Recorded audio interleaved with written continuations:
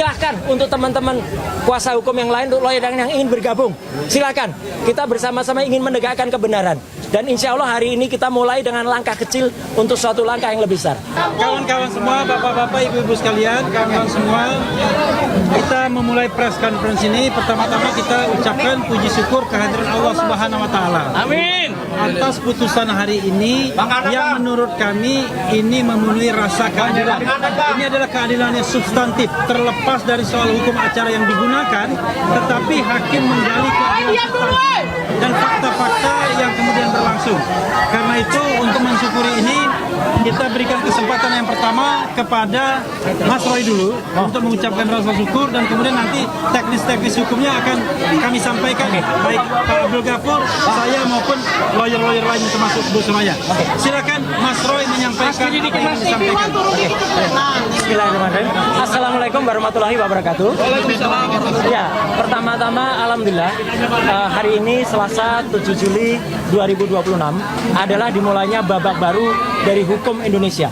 Laboratorium hukum di Indonesia dengan menggunakan tata perundang-undangan yang baru, meskipun tadi pertimbangannya tetap menggunakan yang lama, itu sudah kita mulai hari ini. Dan tentu saja sama seperti tadi yang Bang Refli sampaikan, kita yang pertama patut bersyukur kepada Tuhan Yang Maha Kuasa, Allah Subhanahu wa Ta'ala, yang telah dengan secercah harapannya memberikan kita semangat, memberikan kita asa, memberikan kita niat untuk memperbaiki hukum negeri. Ini hukum bukan untuk saya, bukan untuk Roy Suryo dan tim kuasa hukum Tokham yang hari ini mendampingi saya, tetapi adalah untuk kita semuanya. Juga untuk sahabat-sahabat pejuang kami yang ada di seberang sana, yang ada untuk Bu Dr. Tifa, yang ada untuk Bu Kurnia, yang ada untuk Mas Rustam, dan juga untuk Pak Rizal Fadila. Ini adalah untuk kita semuanya. Yang kedua, kami ingin mengaturkan terima kasih atas kebijakan yang luar biasa, pertimbangan kepada hakim tunggal, ya, kalau tidak salah namanya Pak Ketut, ya, kalau tidak salah. Terima kasih, matur suksma Pak Ketut, atas pertimbangannya yang sangat luar biasa. Jadi itu benar-benar sesuai dengan fakta persidangan. Saya nggak perlu mengulangi lagi fakta persidangan yang ada, ya. Dan saya juga mengaturkan terima kasih kepada keluarga saya, ya, istri tercinta, dan juga para kuasa hukum. Di sini ada Mas Refli Harun, ada Mas Abdul Ghafur Sangaji, ada Pak Yasena, ada Bu Soraya, ada Pak Ristan, dan ada semua dalam tim Tokham. Jadi tim Tokham adalah bukan hanya terbatas saja. Silahkan untuk teman-teman kuasa hukum yang lain, untuk lawyer yang ingin bergabung, silahkan. Kita bersama-sama ingin menegakkan kebenaran. Dan insya Allah hari ini kita mulai dengan langkah kecil untuk suatu langkah yang lebih besar. Dan tentu saja kepada seluruh media, baik media mainstream maupun media alternatif, YouTuber yang terus membersamai, dan tidak luput, terakhir saya aturkan terima kasih kepada seluruh masyarakat Indonesia yang diwakili oleh ibu-ibu, mak-mak, dan juga bapak-bapak pejuang yang ada di semua, dan organisasi pemuda yang ada, ya, yang terus-terus membersamai selama ini. Kami tidak akan meninggalkan kalian semua, KNPRI, ARM, Forum Aksi, dan juga yang lain, ya. Kita tetap berjuang bersama. Jadi nanti, ya, pertimbangannya adalah nanti teknis akan disampaikan oleh Mas Refli. Dan jangan lupa, ya, ini kita akan tetap memperjuangkan nanti ketika hari Jumat itu akan ada pra-peradilan yang kedua. Pra-peradilan yang kedua itu ada hari Jumat, dan itu apa isinya nanti akan disampaikan. Dan saya juga ingin sampaikan, hari ini kita menyelesaikan pra-peradilan di Jakarta Selatan. Kita juga akan mengikuti nanti perkara pokok itu di Jakarta Timur. Tapi kemarin kita mengajukan gugatan, ya, PMH itu apa sih? Perbuatan melawan hukum di Jakarta Utara terhadap seorang namanya Lecumanan. Ya, itu sudah kita daftarkan dan muncul reknya adalah nomor 457/B/B/per yang APDT yang ada di Jakarta Utara. Kenapa? Karena dia telah melakukan penyelundupan pasal, dan pasal itu ternyata tidak digunakan. Nanti detailnya mungkin Mas Ghafur akan sampaikan. Dan meskipun tadi hakim sekali lagi menggunakan KUHP lama dan baru, tapi dalam suatu KUHP baru, maka itu namanya apa? Namanya dioplos. Ya, pasti oplos. Ini oplos. Ya, oplos dan kolaborasi. Gitu ya. Oke, kita dengarkan dulu, ya. Karena putusannya seperti ini, ya, oplos. Maka saya pakai kata oplos. Silakan, Oke, Mas Refli. makasih, Ya. Mas Roy. Agak mirip. Terima kasih Mas Roy sudah menyampaikan sesuatu hal. Nah, saya ingin memberikan penghargaan kepada rekan lawyer yang lain, Bu Soraya, yang juga menjadi bagian dari tim kami, tim Tokham, ya, tim Mas Roy. Silakan Bu Soraya menyampaikan sesuatu yang mungkin Terlebih ingin dahulu. disampaikan. Ladies first. Silakan. Tengah-tengah Mbak. Assalamualaikum warahmatullahi wabarakatuh. Waalaikumsalam. Hari ini kita buktikan bahwa salah satu dari hakim tunggal kita yang menyelenggarakan proses persidangan Rapid ini betul-betul bijaksana, betul-betul menempatkan kebenaran keadilan di negeri kita ini. Dan ini bukan untuk Pak Roy dan yang lain, tapi untuk seluruh anak negeri, anak bangsa yang merasa diintimidasi, yang merasa hak-haknya dilanggar.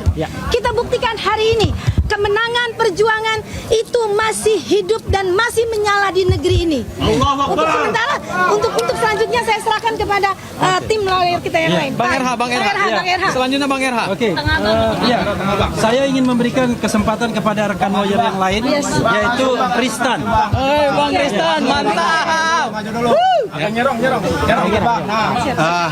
Mundur lagi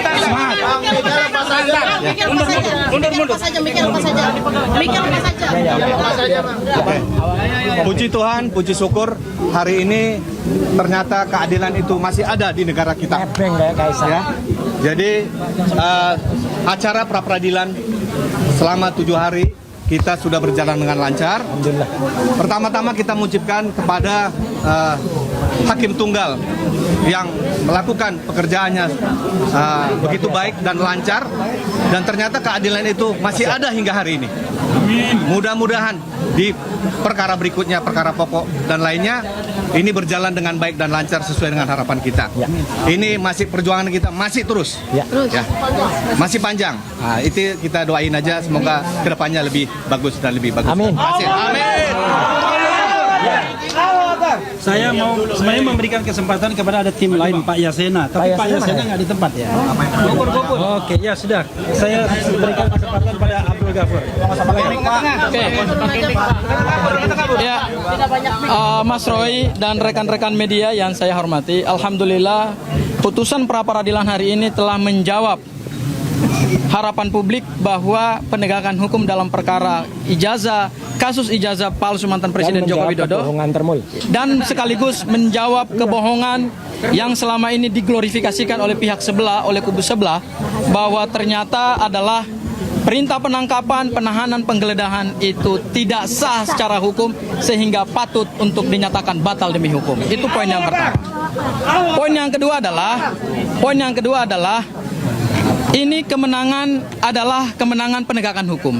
Bukan kemenangan Mas Roy, bukan juga kemenangan kami kuasa hukum. Tetapi kemenangan penegakan hukum karena perkara Mas Roy ini menjadi laboratorium hukum baru. Karena kita masuk dalam rezim KUH pidana baru, KUHP pidana baru, sehingga apa yang kemudian kita titipkan lewat perkara ini kemudian bisa menjadi pembelajaran supaya penegakan hukum ke depan harus dilakukan secara proper, due process of law, dan tentu harus mengedepankan prinsip hak asasi manusia. Nah, apa yang dilakukan oleh Polda Metro Jaya dengan penangkapan, penahanan, dan penggeledahan itu sesuatu yang sebenarnya kita melihat dari awal adalah sesuatu yang hanya untuk memenuhi kepentingan dari kubu sebelah.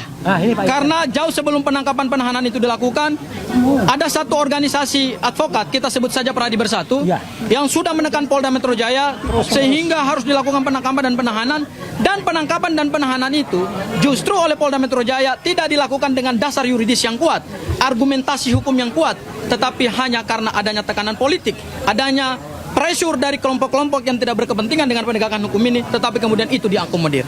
Ini sesuatu yang sangat kita sayangkan. Dan hari ini telah ditunjukkan kepada publik Indonesia bahwa dua lembaga penegak hukum, yaitu Kejaksaan Agung Republik Indonesia melalui Kejaksaan Tinggi DKI Jakarta dan Kejaksaan Negeri Jakarta Selatan tidak melakukan penahanan. Dan hari ini yang kedua adalah Pengadilan Negeri Jakarta Selatan untuk pokok perkara pra peradilan, penangkapan, penahanan, dan penggeledahan, ternyata juga permohonan kami dikabulkan, artinya dinyatakan tidak sah. Kemudian yang ketiga, nanti penjelasannya akan lebih akurat dari Bang Refli.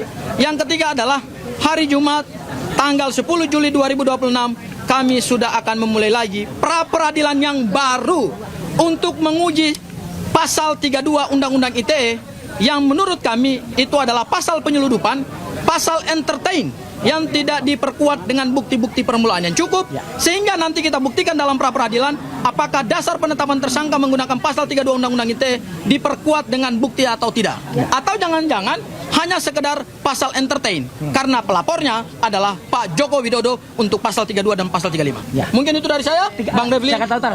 Ya, dan yang terakhir adalah ada gugatan perbuatan melawan hukum pasal 1365 KUH Perdata yang diajukan oleh prinsipal kami, salah satu pejuang yang hari ini terus tegar dan punya komitmen sesuai dengan komitmennya Bu Tifa, tidak akan melakukan restoratif justice dengan Pak Joko Widodo dan tidak mengakui kesalahan atau plea bargain dalam KUHP baru, yaitu sudah mendaftarkan gugatan perbuatan melawan hukum kepada seorang pendukung Pak Joko Widodo, pelapor dalam perkara ini, yaitu Lechmanan. Dan perkara tersebut sudah terregistrasi dalam perkara perdata, yaitu di Pengadilan Negeri Jakarta Utara, dan akan segera keluar jadwal persidangannya. Kenapa kami melakukan itu dan kenapa dimohonkan oleh Mas Roy? Karena adanya peristiwa bahwa pelapor yang dulunya melaporkan pasal 160, yaitu Mas Roy dituduh melakukan kegaduhan publik, kemudian juga melakukan ujaran kebencian pasal 8 ayat 2 Undang-Undang ITE, ternyata berdasarkan surat dakwaan dari jaksa penuntut umum dalam perkara yang menghasut, dalam perkara Bu Tifa dan perkaranya Mas Roy itu ternyata dibuang pasalnya oleh jaksa penuntut umum, sehingga kami ingin menguji bahwa ada perbuatan melawan hukum yang dilakukan oleh pelapor sehingga harus melakukan ganti rugi terhadap penggugat. Mungkin itu yang bisa saya sampaikan. Wassalamualaikum warahmatullahi wabarakatuh. Terima kasih. Cukup Pak, cukup. Saya menambahkan. Makasih. Saya menambahkan terkait dengan masalah nama baik Bapak Roy Suryo, yang tercemar dalam kaitan penangkapan, penahanan. Thank you. Makasih. Tadi berdasarkan putusan hakim, nanti dilaksanakan terpisah. Kita akan ajukan untuk rehabilitasi nama baik dari Bapak KRMT Roy Suryo Noto Diprojo, agar bisa pulih kembali nama baiknya, jangan sampai tercemar dan tidak ada perbaikan sama sekali. Adapun mengenai masalah biayanya, nanti kami usulkan lebih lanjut berdasarkan putusan hakim tadi disampaikan, dilakukan secara terpisah. Demikian. Terima kasih. Jelas. Kesimpulan. Sekaligus ini kami perkenalkan beliau adalah koordinator untuk Mas Roy dalam tim Tolkam. Beliau koordinatornya. Dan menjawab isu nggak ada pemecatan Bang Refli, nggak ada. Itu menjawab isu itu. Kawan-kawan semua, Assalamualaikum warahmatullahi wabarakatuh. Waalaikumsalam warahmatullahi Kita patut berbahagia dan berbangga hari ini, tetapi yang saya ingin garis bawahi, perjuangan kita itu masih panjang. Masih ada nanti Jumat kita memulai pra-peradilan yang baru. Nah, pra-peradilan yang baru ini akan menentukan pokok perkara nanti. Karena kita akan mengajukan pasal 32 ayat 1 yang kami anggap itu adalah pasal selundupan hanya untuk bagaimana bargaining power penyidik bisa menahan sewaktu-waktu baik Mas Roy maupun Dr. Tifa. Karena itu kita akan ajukan, kita berusaha insya Allah rontokkan pasal ini, karena pasal ini paling tidak menurut kami tidak disertai dengan fakta dan peristiwa yang sesungguhnya, tidak disertai dengan dua alat bukti yang cukup. Itu perjuangan kita yang harus kita jalani berikutnya dan mohon dukungan. Dan sekali lagi bahwa ini tidak bermaksud untuk menghambat pokok perkara, karena pra peradilan ini adalah hak yang diberikan oleh undang-undang terbukti kepada tersangka dan terbukti. Ternyata hari ini pra peradilan itu paling tidak memulihkan harkat Mas Roy bahwa proses penggeledahan, penahanan dan penangkapan dan penahanan itu tidak sah. Dan hakim tadi memastikan bahwa Mas Roy adalah orang yang patuh, orang yang kooperatif, orang yang melakukan wajib lapor sesuai dengan perjanjian dengan penyidik agar tidak ditahan sebanyak 30 kali. Sehingga yang menciderai janji itu bukan Mas Roy, tetapi penyidik sendiri yang menangkap tiba-tiba, yang menahan tiba-tiba tanpa alasan yang bisa dibenarkan. Karena itu hakim secara substantif, secara adil menyatakan bahwa proses rangkaian penggeledahan, penangkapan dan penahanan itu tidak sah. Bagaimana dengan pokok perkara? At any time sesungguhnya kami siap untuk disidangkan pokok perkaranya tidak seperti yang dikatakan bahwa Mas Roy mengulur-ulur waktu, tetapi berdasarkan kitab undang-undang hukum acara pidana yang baru, kalau kita mengajukan pra-peradilan itu adalah hak kita, sekali lagi hak kita, karena kita ingin berperang tetapi dengan jalan yang jauh lebih mulus. Betul. Seandainya pasal-pasal 32 ayat 1, pasal 35 sudah dirontokkan di pra-peradilan, maka kita hanya menghadapi pasal-pasal yang ringan saja. Nah, ini adalah bagian dari strategi yang mohon kawan-kawan sekalian, termasuk lawyer-lawyer yang lain di medan manapun, menghargai hak kami untuk memperjuangkan bagaimana strategi ini bisa berjalan dengan baik demi Mas Roy dan tentu demi penegakan hukum itu sendiri. Itu saja yang ingin saya sampaikan. Sekali lagi, terima kasih. Wassalamualaikum warahmatullahi wabarakatuh. Waalaikumsalam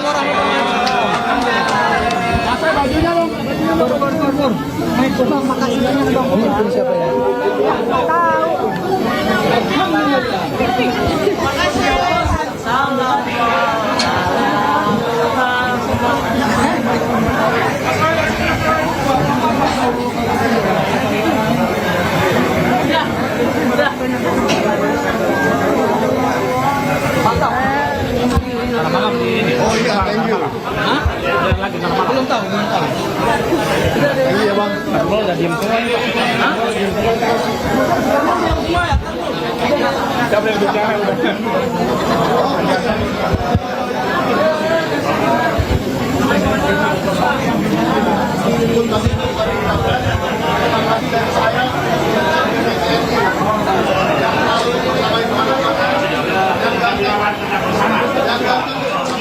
Ya, baru saja kita simak press conference yang disampaikan oleh Roy Suryo bersama tim kuasa hukum terkait dengan putusan dari sidang putusan pra-peradilan dari kasus ijazah Jokowi dengan pemohon pra-peradilan diajukan oleh Roy Suryo selaku pakar telematika, dan pengadilan dilakukan ataupun lokasi dilakukan di Pengadilan Negeri Jakarta Selatan. Terkait dengan putusan pra-peradilan hari ini terkait dengan sah atau tidaknya penangkapan, kemudian penggeledahan dan penahanan yang dilakukan dalam kasus dugaan pencemaran nama baik, di mana diputuskan oleh Hakim Tunggal Iketut Darmawan bahwa pra-peradilan dikabulkan dan diputuskan bahwa penahanan yang dilakukan terhadap Roy Suryo dinyatakan tidak sah.